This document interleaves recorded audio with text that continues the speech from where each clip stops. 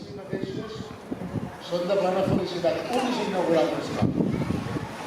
L'altre, encara més, és celebrar els anys d'una escola. Perquè quan inaugures una escola, inaugures un projecte. Quan celebres els anys d'una escola, celebres una realitat.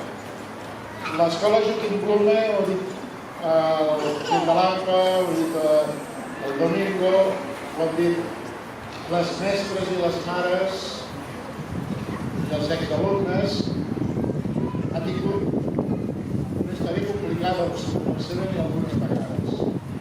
Com està complicada la història del país, com està complicada la història del barri, com està complicada la història de la ciutat.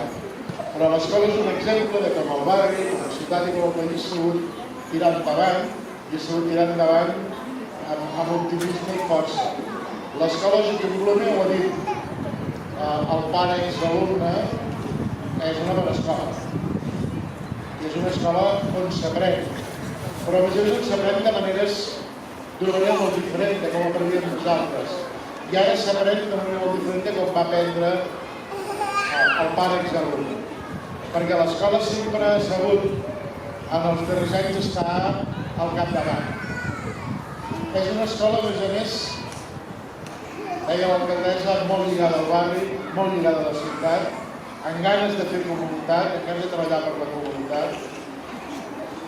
Per tant, agafant la paraula que deia el president de l'APA al començament, una escola potser és també una empresa, en el sentit que una escola treballa pel talent.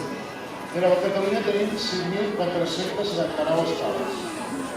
Per llars d'infants, escoles i instituts. Totes les escoles són diferents, cada una de les 5.479 són diferents. Aquesta té aquest perfil de treballar per la innovació educativa, de treballar per una manera nova d'ensenyar, de treballar per la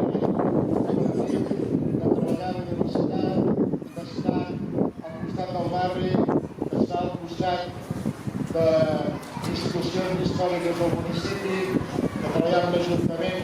Jo, per tant, només em queda reconèixer la feina de l'escola, reconèixer que aquesta és una de les molt bones escoles que tenim en el país, que en tenim moltes, i agrair la feina que fan cada dia els mestres i les mestres, agrair el suport de les famílies, dir a les famílies que sense les famílies l'escola no seria com és, però que són els mestres i les mestres les que defineixen l'escola, agrair a l'Ajuntament, que sempre està al costat de les necessitats. Els mestres hem patit aquests anys molts canvis. Hem hagut d'estar constantment canviant la manera d'ensenyar, canviant la manera d'estar amb els alumnes. No és fàcil, perquè a més hi ha hagut retallades, hi ha hagut complicacions laborals, hi ha hagut falta de recursos. I malgrat tot això, els mestres i les mestres no han parat de tirar endavant. Jo sempre ho he dit, tenim un servei públic tan potent que passi el que passi en el país. L'escola obre cada dia. Hi ha huracans, l'escola obre cada dia. Hi ha inundacions, l'escola obre cada dia. Hi ha grans problemes, l'escola obre cada dia. Perquè l'escola és el més important del barri i és el més important de la ciutat. L'escola existeix perquè alumnes, però no seria res sense la feina dels mestres i les mestres. Moltes gràcies a tots i a totes i moltes felicitats.